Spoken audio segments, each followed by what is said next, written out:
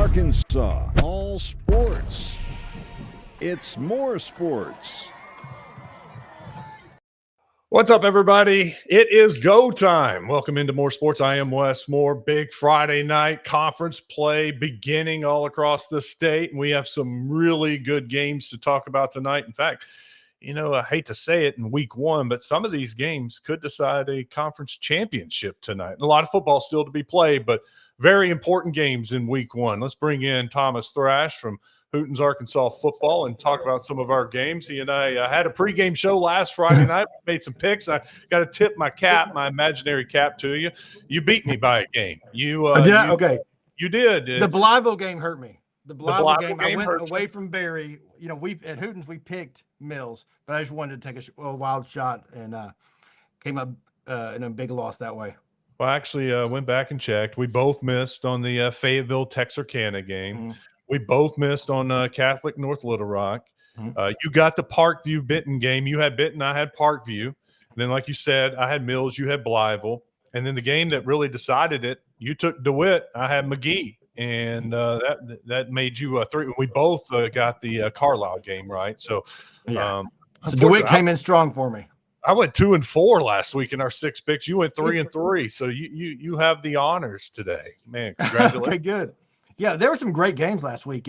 We learned a lot about some teams like Bentonville hosting Lee Summit, a team out of Missouri. They're one of the best in the state, and then really kind of beat them pretty good, 42-28. But those points came in late, and then obviously the Parkview coming up short against Benton. We learned a lot about Benton last week.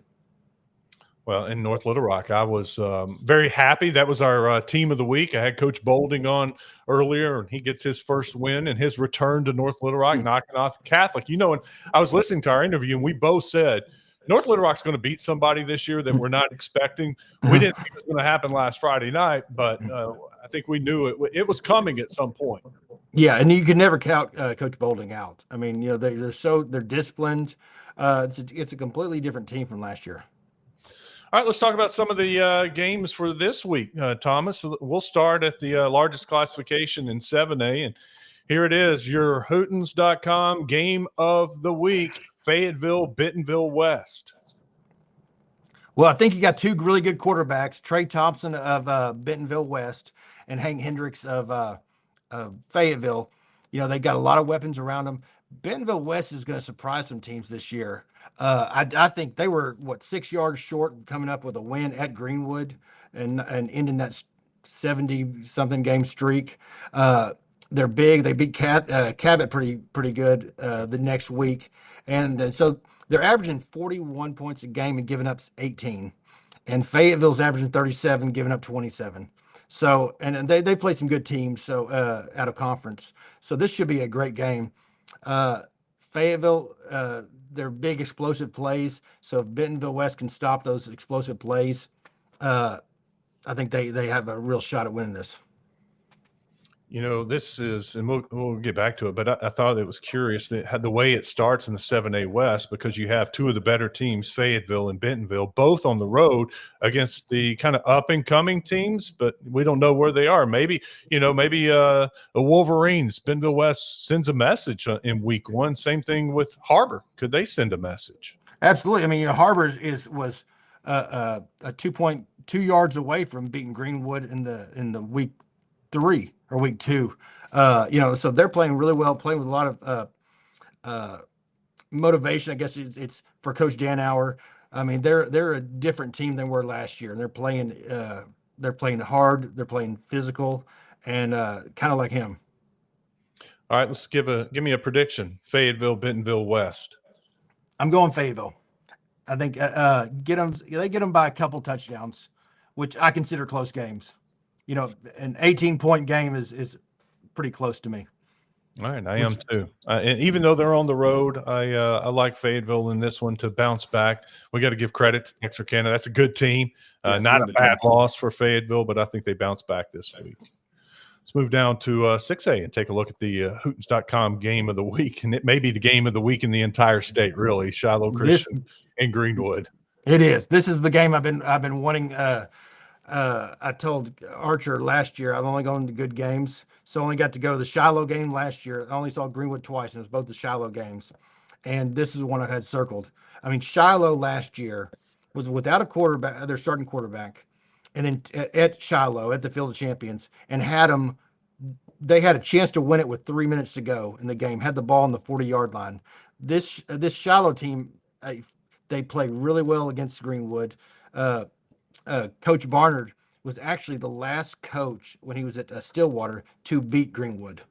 It was like 3 years ago or 4, maybe it was before Archer was a starting quarterback, but before he got to Shiloh. So he's he's seen them, and this Shiloh team is, coming off with a lot of points last week. They scored 72, so they're trying to send a message. And this is the game. You got Kane Archer, who does everything, but their offense is extremely good, but their defense is giving up a ton of points. Give me your pick. I'm going Shiloh. Oh, I'm saying the streak ends. And hey, so Barry told me, I told him, I told our writers, Shiloh's going to win this. And they're like, you can't pick against Greenwood at home on, with the streak. And I was like, guys, I'm just telling you, it's going to happen. So if Shiloh wins, Monday morning is going to be very entertaining, because I'm going to come in talking trash to all of our guys who said you can't pick them. Well, you can talk trash to me too, because you can't beat Greenwood at Greenwood. I mean, there's a reason why they have that winning streak. It is a tough place to beat them, and I know some coaches say, and I'm not saying this, but some coaches have told me that not only you have to beat Greenwood and Greenwood, you have to beat some of the officiating and the fans. So that's what losing coaches tell you. That's what losing coaches tell you. There, hey, hey, to lose. Hey, they win on the road too. They win at home and on the road. Very good thing. And look, more than anything, I'm not picking against Kane Archer. I'm just not. That is the thing that's what kills me. I don't know if I've done it yet in his career, and I hate doing it, but I think it'll be like a 58-50 game. Wow. It'll be like one of those PA Greenwood games back in 2008 with Kelly and Coach Jones. All right, let's take a look at the 5A game of the week. Yeah, it is the Devil Dogs and Panthers, Morrilton and Greenbrier. And this is one of the games that when I started the show, I said it really could decide a conference title. I know there are a lot of games still to be played, but this game very well could decide the conference championship. Both teams 3-0, both averaging 48. So Morrilton's averaging 48.3 and Greenbrier's averaging 48.7. And they're both giving up about the same, 22 points for Morrilton and 23 for Greenbrier. Look for Hassan, the running back for Greenbrier. He is going to get a lot of carries. He's going to be really tough to stop. I think he leads the state in rushing yards. He has almost 700 with like 13 touchdowns. And so was that in 3 games, he's averaging, 200 and something. 250. Yeah, exactly. And so he's really tough, but my guy Max Berry, the quarterback for Morrilton, set the state record last year with touchdowns in a game, and I looked for him to have a big game. This is probably, arguably, the 2 best teams in the 5A West, and arguably the 2 best players in that conference. Mm-hmm. When you look at Barry and Enoch Hassan. Those 2 guys, when they have the ball, great things happen. I mean, honestly, if you had any place to go this week in Central Arkansas, because I know the Shiloh Christian Greenwood game is huge, but this game is going to be so much This game fun. is going to be a fun game. What was I going to say? Palmer. So they're not just one-dimensional on Greenbrier's side.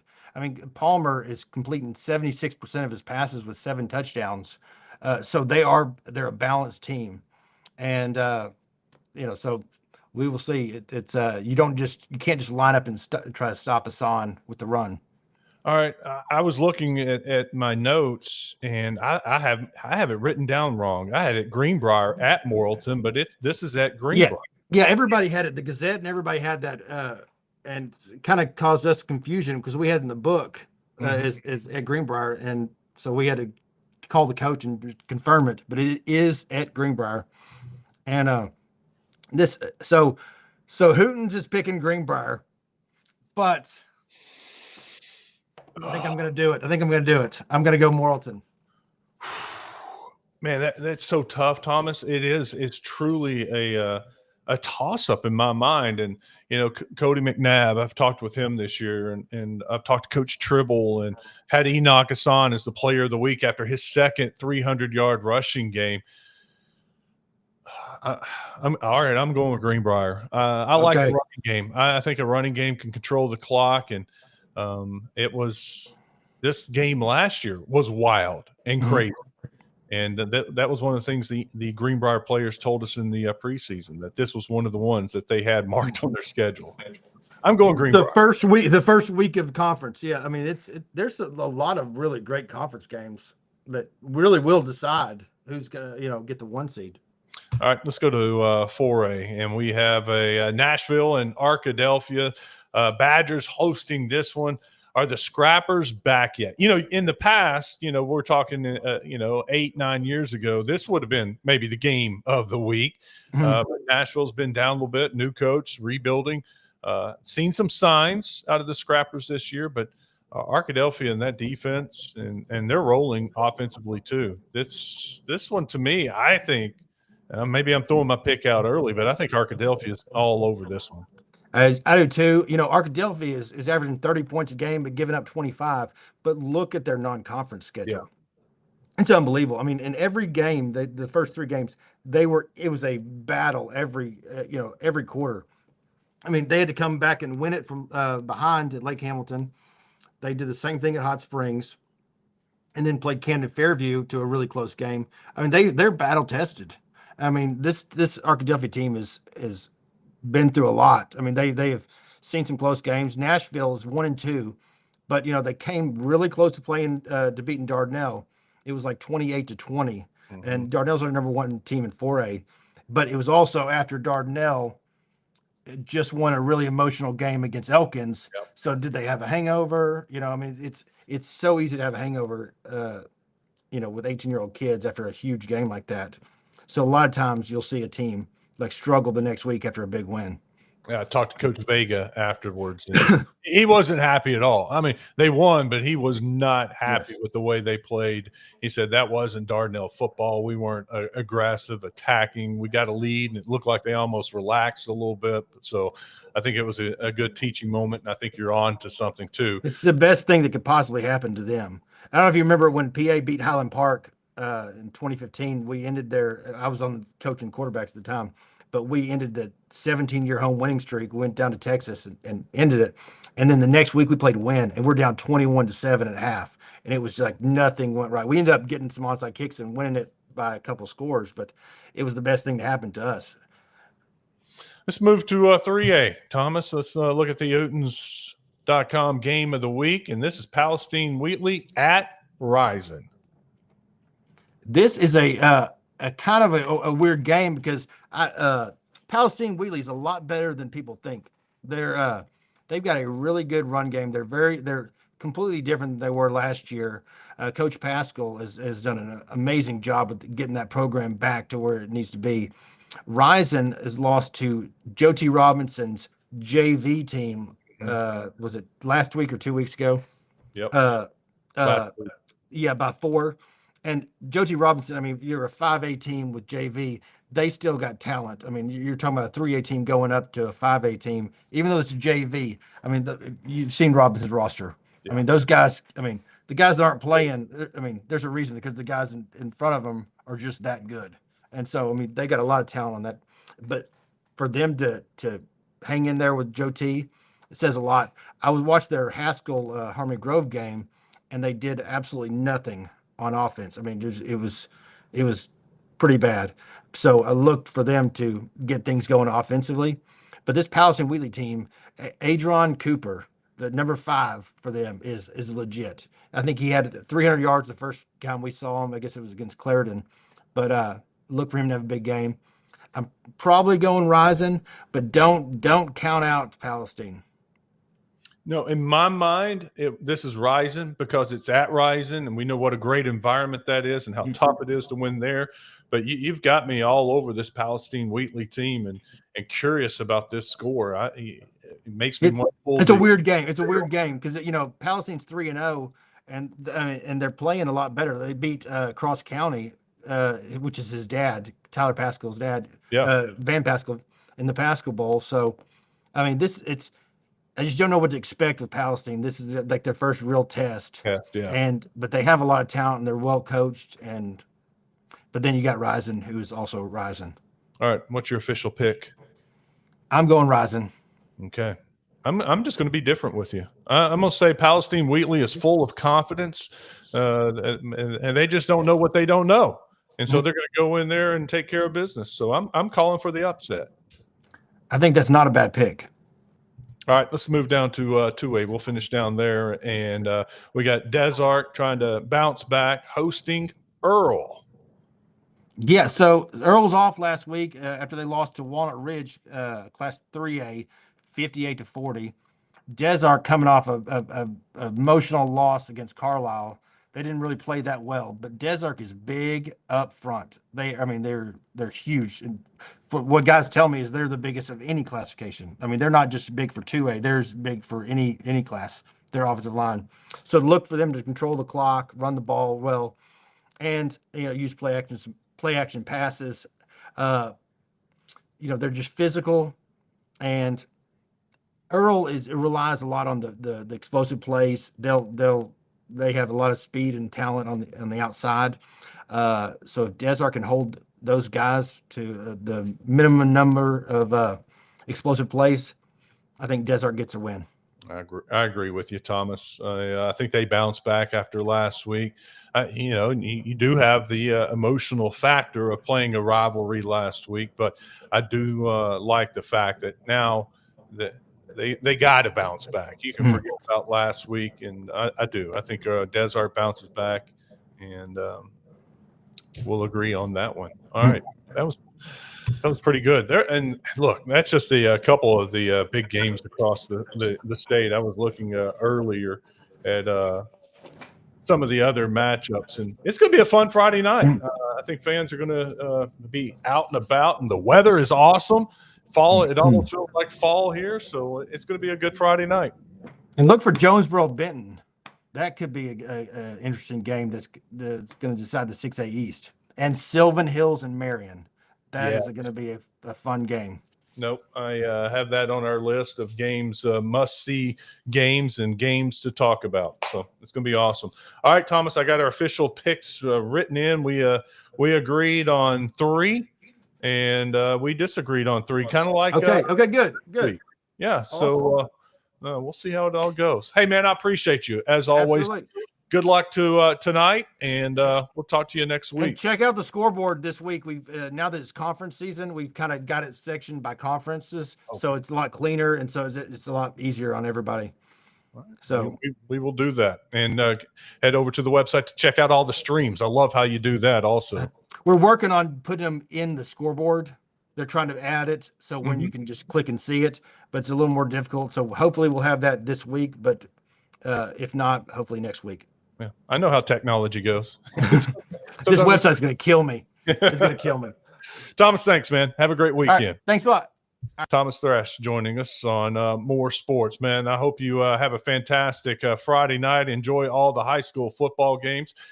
And, of course, tomorrow, Arkansas, Notre Dame. Be sure to join More Sports. We will be live outside of Reynolds Razorback Stadium after the game, no matter if it's a win or a loss. So it should be a lot of fun. Be sure to join us then. If you're on YouTube, or head on over to YouTube, find More Sports and click on it and subscribe. That way you can find the videos a lot easier. That's going to do it for tonight, but be sure to join us tomorrow for More Sports. All Arkansas, all sports. It's More Sports.